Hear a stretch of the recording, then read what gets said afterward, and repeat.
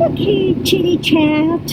I want to talk on about, if I'm psychic. Now, I don't usually put up there psychic because most people think of psychic as, you're seeing a vision or, clairaudient. You hear from guide. You hear from. Mine is not like that. Mine is either something is immediately known or something comes in line by line. And it's when I hear other ones going to these psychics and I listen to these psychics, the questions they're answering, for me, it just feels like common sense knowledge. It's like, yeah, what big psychic skill is that? It's like, yeah, okay, that's doesn't everybody know that? Well, I guess not, because they're asking those questions. Okay, so for here, I've been a psychic, an oracle for lifetimes. So for here, it's like it's old hat. It doesn't feel like something, that I need to put out there. When people are saying, wait a minute, I need to ask my guides or whatever, here it's something that's just automatically known. It feels like my own thoughts, though, it's coming from higher universe. Now, okay, so I'll give one example. I'll give a couple of examples. One of them is when I was in India living, my guru that I had wanted me to go do something for him in Lucknow. He was in the States at the time. So I went to Lucknow to take care of this matter for him. And while I was there, I, laid down, took a rest, and all of a sudden, this thing started coming. Line by line by line by line by line, and it just was expansive. And so when I came out of it, okay, everything was still there. I wrote it down, and that became one of the things that I give my students. And it starts off by lying here, I am the earth. Then there's a mantra that comes in. I'm not going to give the mantra here. The elements of the earth comprise my body. Okay, and you go through, and it's an expansive thing. One eye is the sun, the other is the moon. My veins are the river Ganges flowing pure. Okay, and it said if you bathe once in the Ganges, you will gain liberation. I am that Ganges. Okay, so it's very expansive. My thoughts are the stars. It expands you into the universe. Okay, and then the mantra that goes in there. The first part of the mantra is something that everybody knows. But there was a second part that came to me that completed, that made it a whole mantra. And it's, again, very strong, very powerful. But those things, they come. It's there. It's not like I'm hearing it. It's like feeling like it's part of my own thoughts. But it's, again, coming from higher knowledge, higher directive. So for me, it's a very natural process. If somebody says something, it's just known. It's like, oh yeah, that's easy. This. Okay. Another thing that happens all the time. Every time I call somebody, they go, I was just about to call you. Oh, okay. I was just about to pick up the phone to call you. Okay. And that happens all the time. it's known, and it's not something that's like consciously know this person's going to call, but it always turns out that they're just getting ready to call, and it's boom, it's there, okay? Or that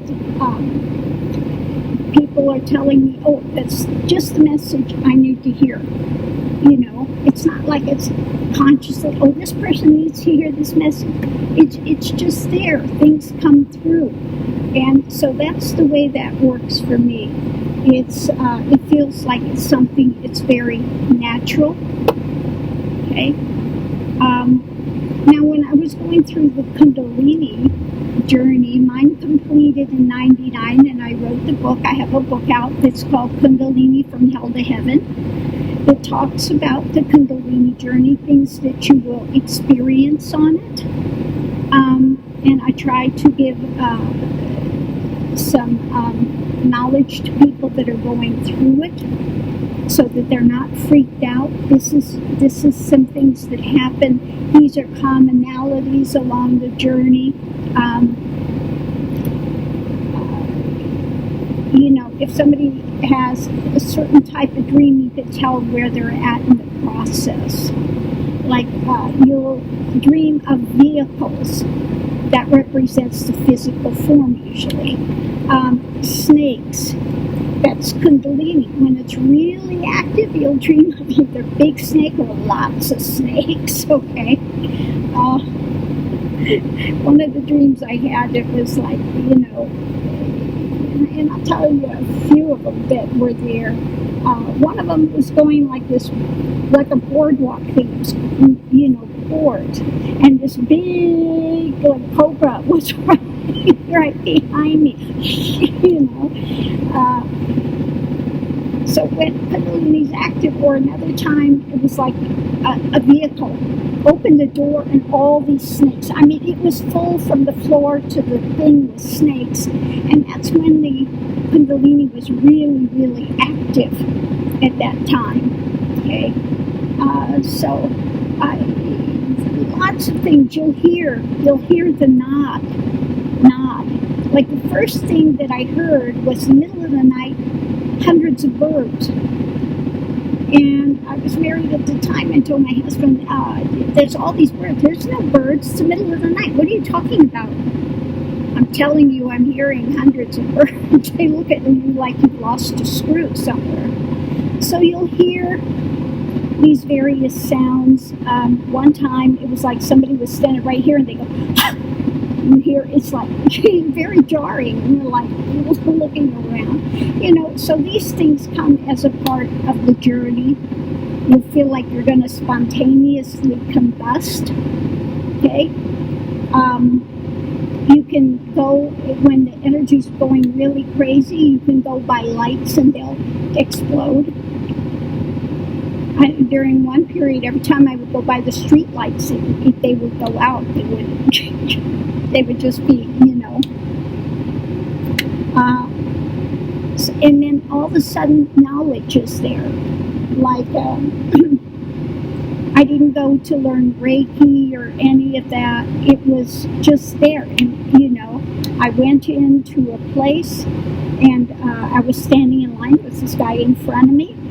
And every time I got close to him, my throat would just hurt like heck. I'd back up, it would stop. I'd stand up again, and my throat would hurt. I said, you know, and this was just natural. It just comes like that. Boom, you know it. And I'm going, do you have a sore throat, a cold? He says, yes. He says, I've been trying and trying for it. Nothing is working to get rid of it. And I just knew to touch, and it was gone. Boom, like that. Okay? So these things happen, you know. They call them cities. These cities come, but that it's not, you know, the end-all be-all. It's not something you chase or you try to manufacture or make a big deal out of it. You know, I still do energy work for people, and some people are very surprised. Like I did energy work on this girl in India, and I had her on the phone, and So the minute that energy hit, she dropped the phone. She was just like, oh my God.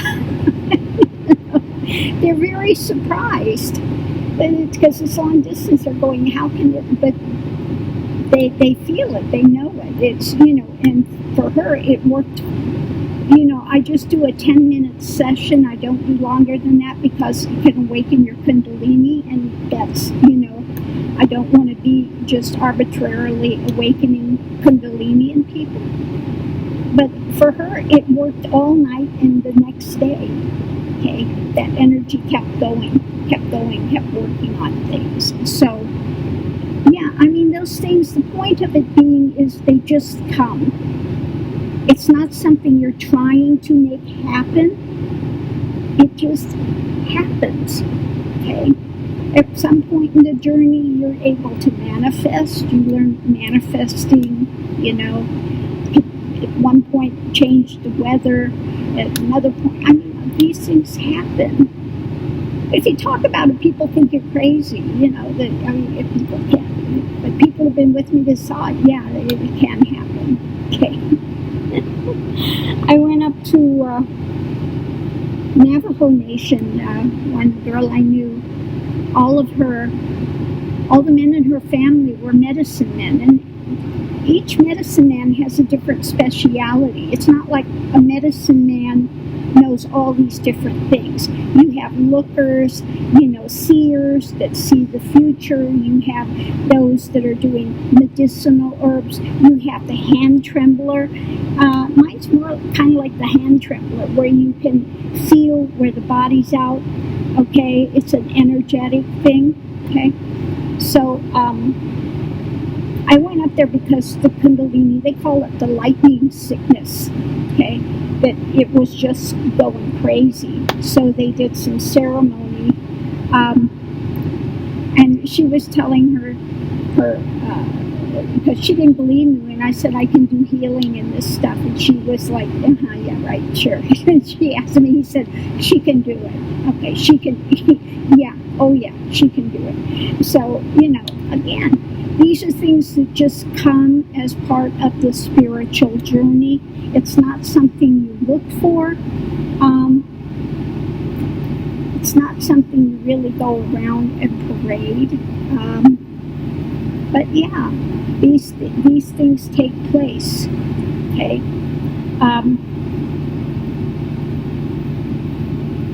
So yeah, that's all I want to say on that. For me, these things come naturally. It's just something that's known. Okay.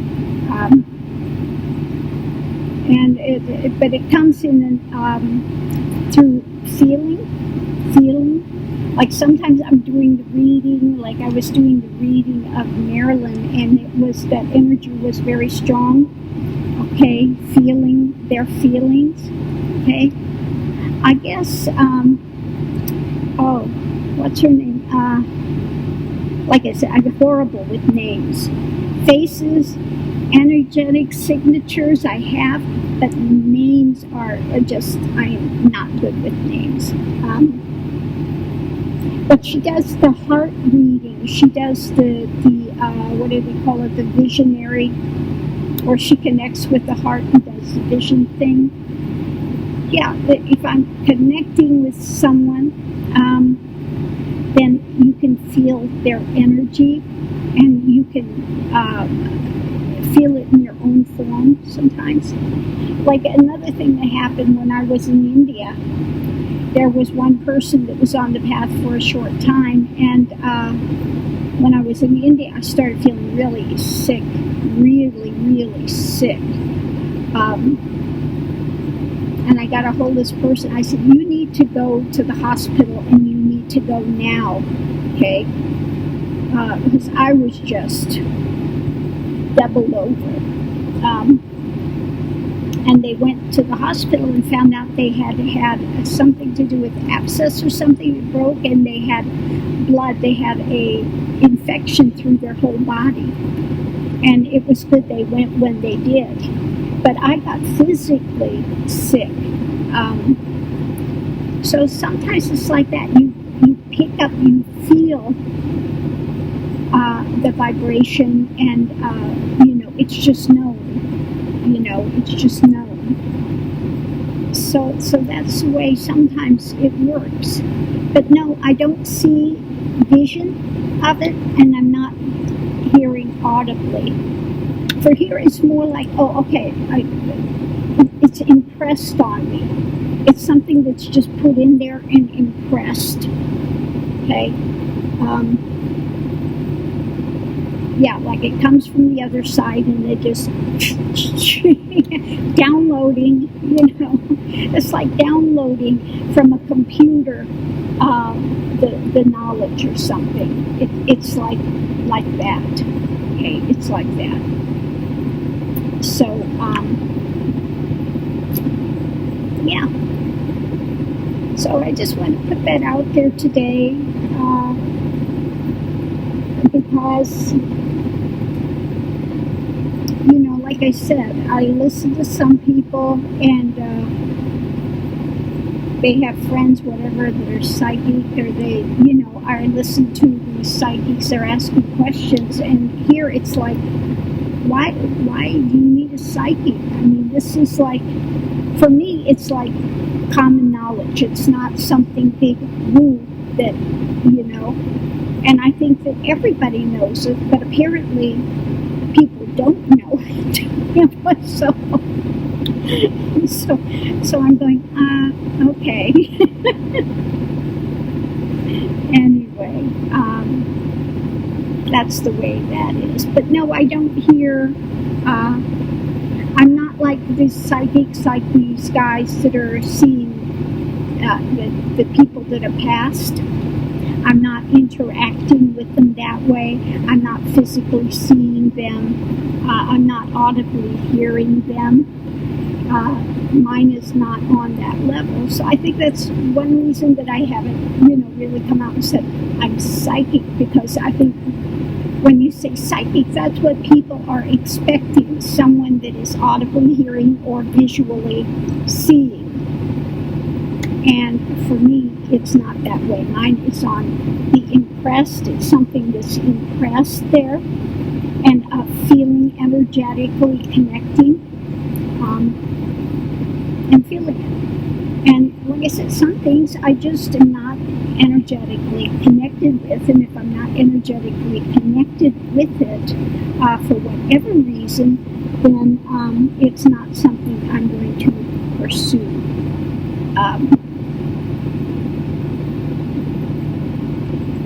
Yeah, I don't usually like to do cases where people are missing or dead or something. I've done a couple of those, and I was very right on some of it, but yeah, I don't like to go into those, because then I have people start asking me, well, where's the body, where's this, where's that, and I'm not seeing it. So yeah, I have a tendency not to go into those. Isn't that right, Mr. Max? Yes. Although there is one, this girl wound up missing. She was hiking up the thing. I still say she's in a crevasse. The body is in a crevasse. It was a slippery rock there. I felt that she tumbled and she's in a crevasse. Eventually they will find her body, but it's going to take a while. So again, usually I don't like to do those type of cases and things.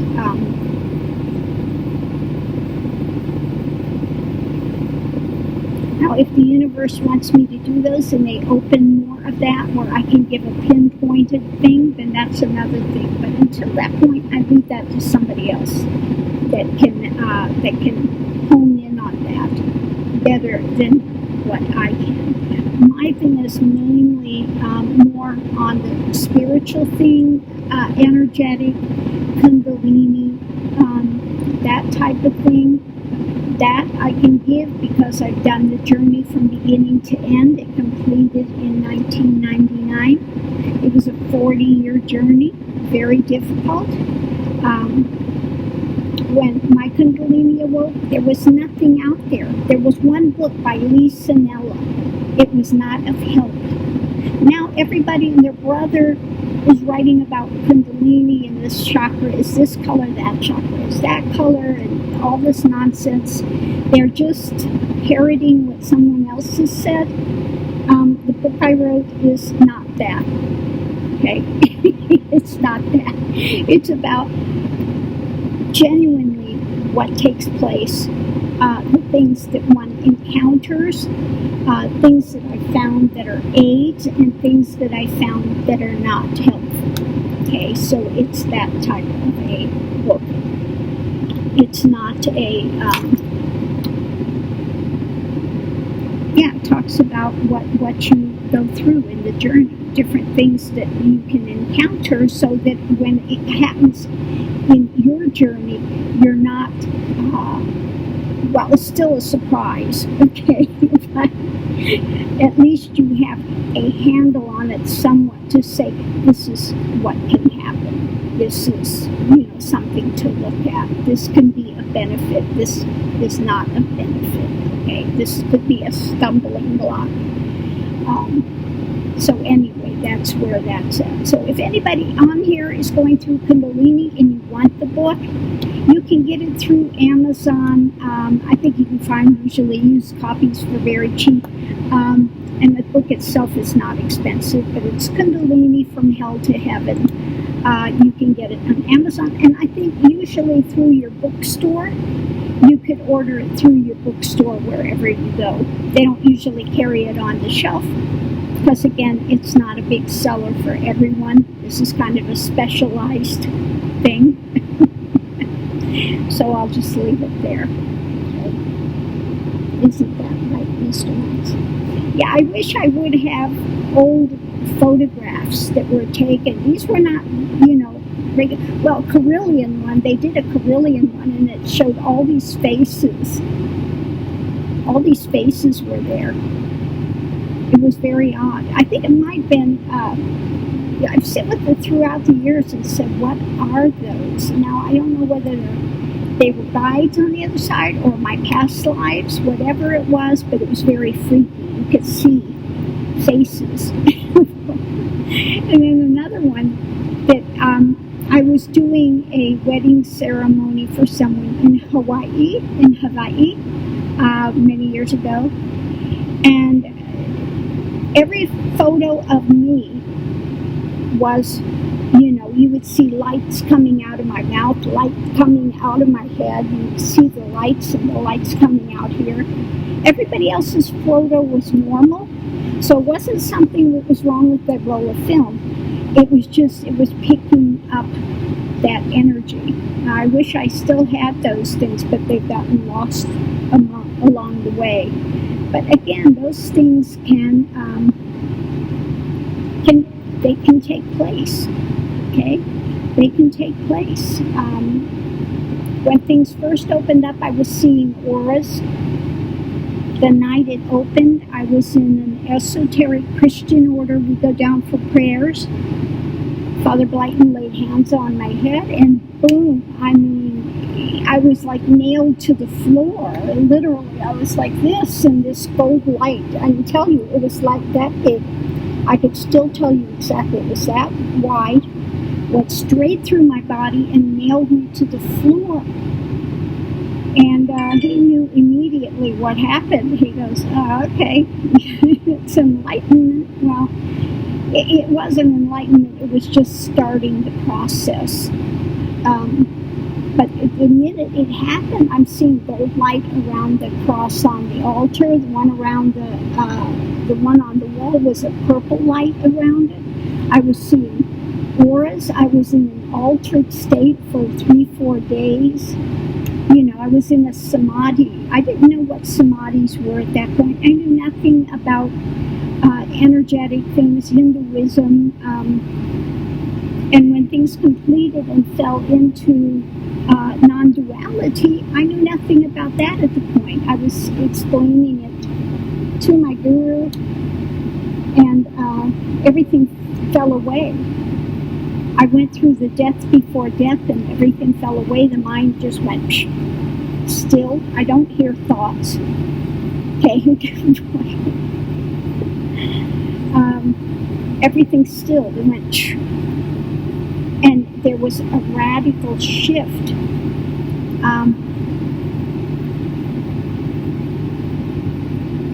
I can't even tell you the experience. If I told you what the experience is, people would not believe it. But you come out of it, and everything has changed in an instant, and nothing changed. The whole world is the same, but your interaction with it, at that point in time, one loses their personhood.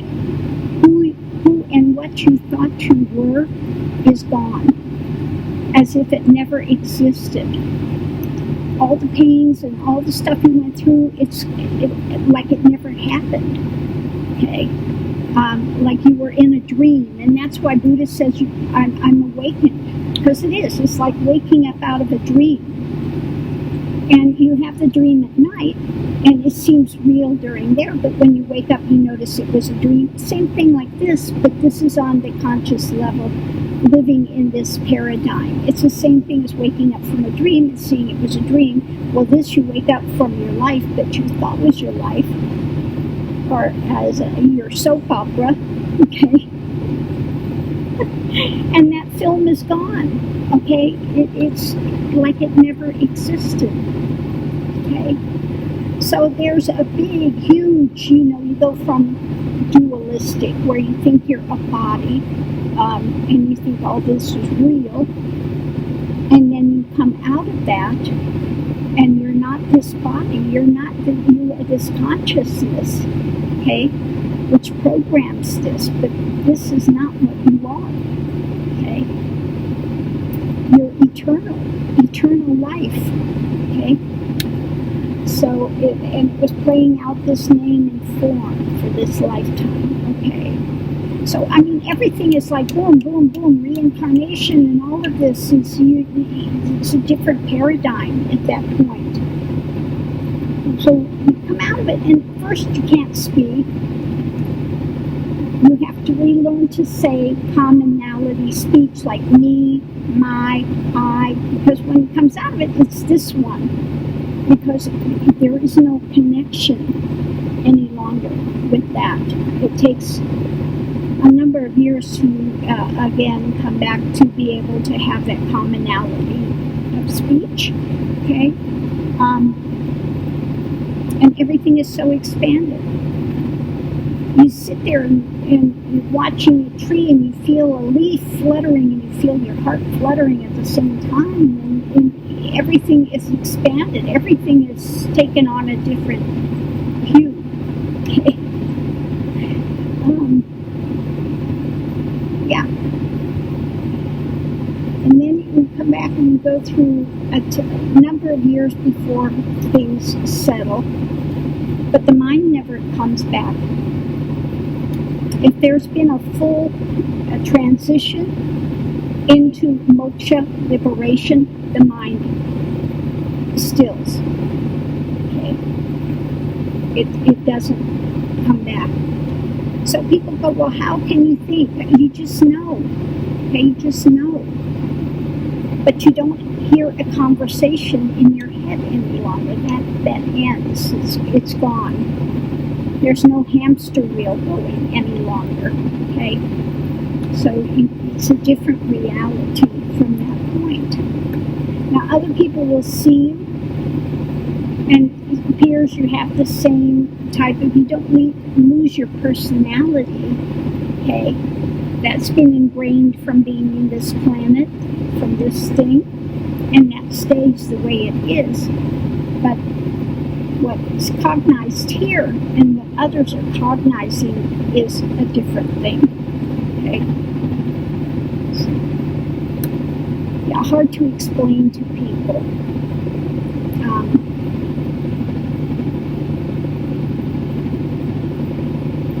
And it doesn't do any good to be a satsang seller and speak from the point of non-duality, because the people that are there are in duality, and so they try to cognize what's being said, what's my reality, okay, and they'll try to manufacture that, but it's not the same thing. They want to say, oh, I'm this and I'm that, and so I'm free, but they're still suffering, so they're not free. So you're playing a mental game, and it doesn't help anybody to have a mental game. Now, if people are connected here, my students, they can watch a video of me if I'm doing meditation, and it will still their minds. There will be a shift that takes place, okay? And those things are,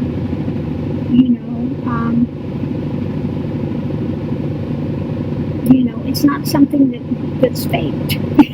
They come into that, and there's a stilling that happens. Now, this happened one time in India. Oh, this one was funny. I was speaking with somebody back in the States, and was saying, yeah, the mind stills and it's quiet and there's nothing. And some guy that was sitting there was reading, he goes, it's not possible. It's not possible. This one guy had his really big eyes that was in that room as well. And he goes, I have to talk to you. I have to talk to you. He showed up at my hotel. He goes, marry me. What the heck are you talking about? Are you out of your mind? No, my mind's stilled. I said, oh, I am not going to marry you. Really? But I said, this is just to show you it's possible. That's all. So you need to make your own journey. But no, I'm not interested in getting married. Oh my goodness. The journey, so many weird things have happened in the life here. It's like I've lived 4 or 5 lifetimes in this one lifetime. Just a lot of crazy things. A lot of things have happened. So anyway, oh Lord, this has gone on and on and on, hasn't it? Oh, a little more of the background of here, yes, I used to wear the orange robes. Yes, I used to, but for what? For what? Knowledge is knowledge. Okay? The one thing that happens is there's no more games. Don't need any games. Don't need any props. You're here as a guru, as a teacher, spiritual teacher, to break through people's their wrong notions, their solidified ideologies. You're here to help to break through those calcified things. Okay. And so that's what we do. We work, and I give practices to my students. But they all have to walk their own journey. That's why I don't have a physical ashram. This is not about a personality cult.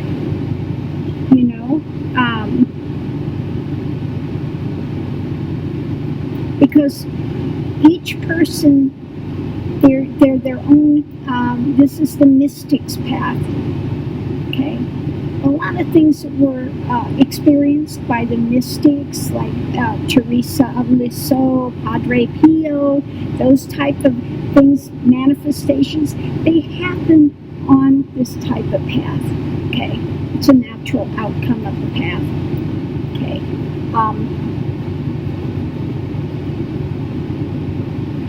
The most difficult part of the journey here was when I felt the weight of the world.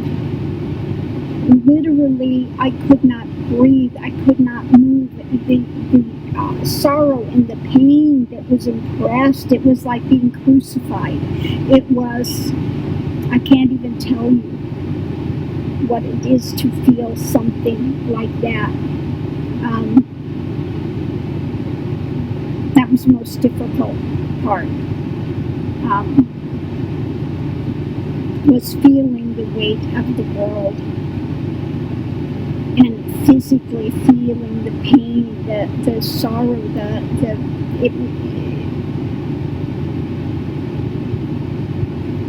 can't even, I don't even want to go there again. I don't want to go there again. So those that are empaths, okay, yeah, you can feel these type of things. Some people that are empaths have to pull away for a time, and it takes a while to understand what is your own feeling and pain versus someone else, especially when you're first starting to open up, okay? Like when I was standing in line and I go near and I'm feeling that guy's pain. It wasn't my pain, it was his pain. But I could feel it as if it were my own. So, again, it takes some time.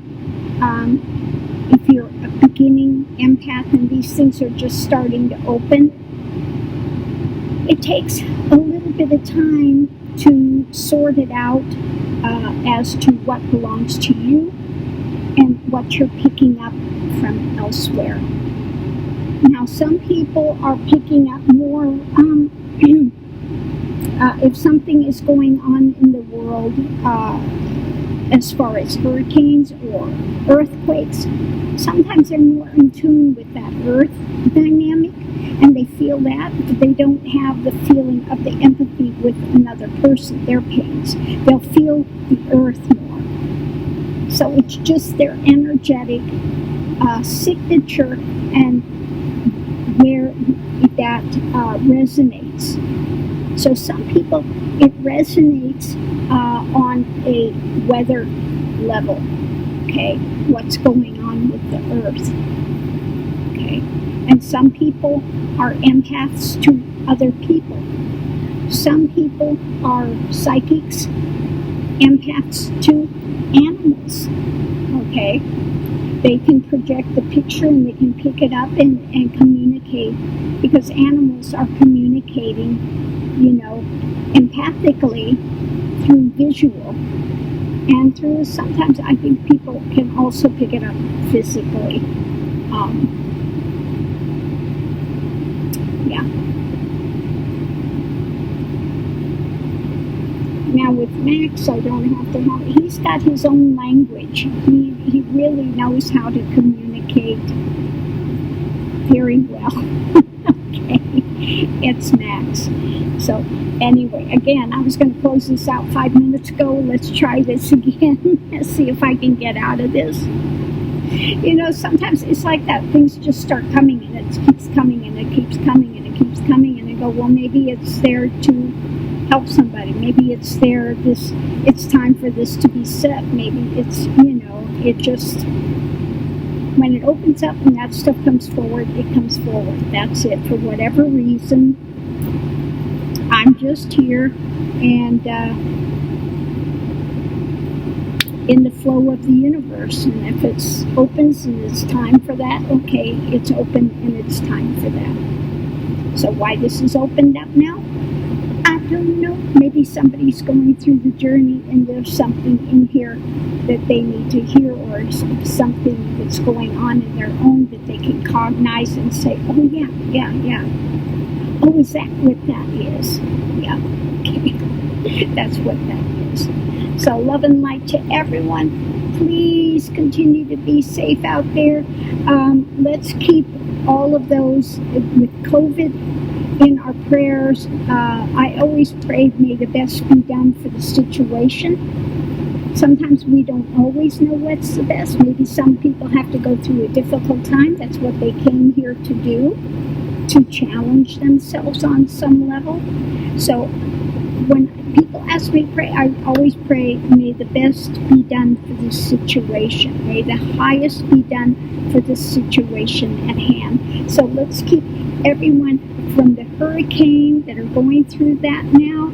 Let's keep them in our prayers and thoughts for the highest for the situation, for the the stuff that's going on politically, again, keep for the highest to be done for the situation, and just always keep that uppermost. So love and light to everyone. Thank you for tuning in and spending some time with me. Your time is precious. I so appreciate when you come here and fellowship with me. Always great to see you here. Much love and light to everyone. We're all one planet, one energy. Everyone comes from that same Godhood. Okay, everyone has that. You have no life if it's not there. Okay, everyone is imbued with that energy of that divine is. Okay, so love and light.